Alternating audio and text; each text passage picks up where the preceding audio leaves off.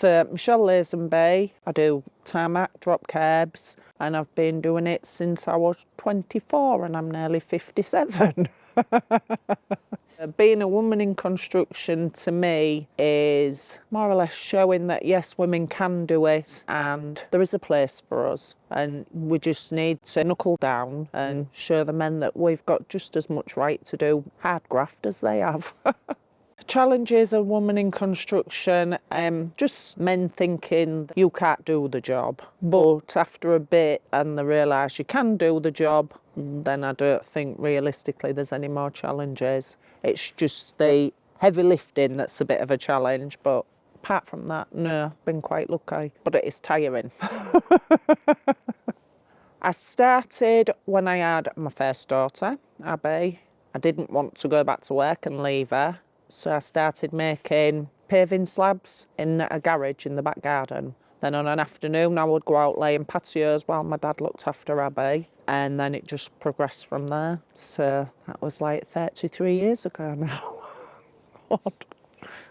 Normal day-to-day work is up at 6, a drink, sort my dogs out, go pick one of the lads up, go to the yard, make sure we've got all the signs, all the barriers, sandbags, etc. Make sure all the tools are on, get to the job, hopefully nobody's parked in the way. If they are, go knock in. And then obviously dig all the crossing out, drop curb. If we're doing a garden, dig all that out first. Get rid of the rubbish and just basically organise everything. And then last job, tarmacking, home time.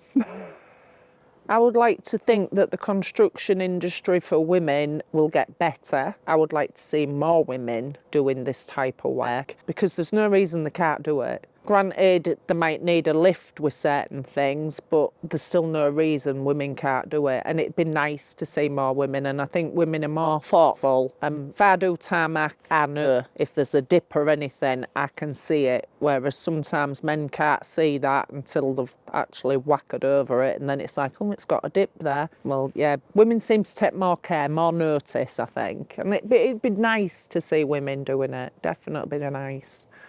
I think to get into this sort of construction and do this type of work with men all the time, I think you've got to be a certain type of person. Obviously, I grew up with men, so it's never really bothered me. But I would imagine for a young girl wanting to sort of come into this type of career, or even just on building sites or anything, I would imagine it'd be quite daunting. If there's a group of them, they all start acting clever and things. So I would imagine, you know, they'd be giving them some stick, and if they didn't turn round and give them some back, that's where I think they'd be a bit wary then. They'd be like, oh, do I really want to do this job? Can I really put up with this every day? So it's like the old thing where men used to whistle at you when you walked past a building site. Well, if you whistle at them, the sun shut up and turn round. So you've just got to give it back. And I think I don't think many young girls, I think you've got to be a certain type of young girl to actually go for it and do it. And I wish they would. All it is banter. At the end of the day, it's just banter. And if you can give it back, there's a good chance for any woman in construction. Entry route into construction. If I had my time again and knew what I knew now, I'd probably go do a bricklaying course, or I'd do a plumbing course, because there's always money in that. So I would definitely go to college and learn a trade, say plumbing, electrics,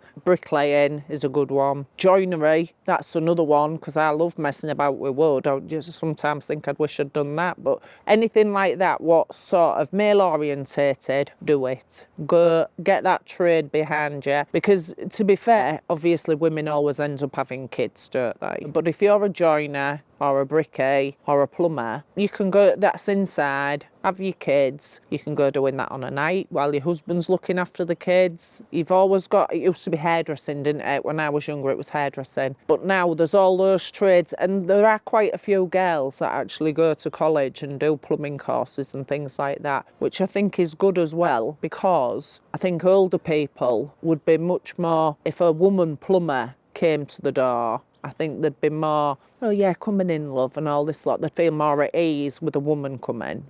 I would say the positives in doing construction is, obviously, this is my company, my little company. It's paid for my house.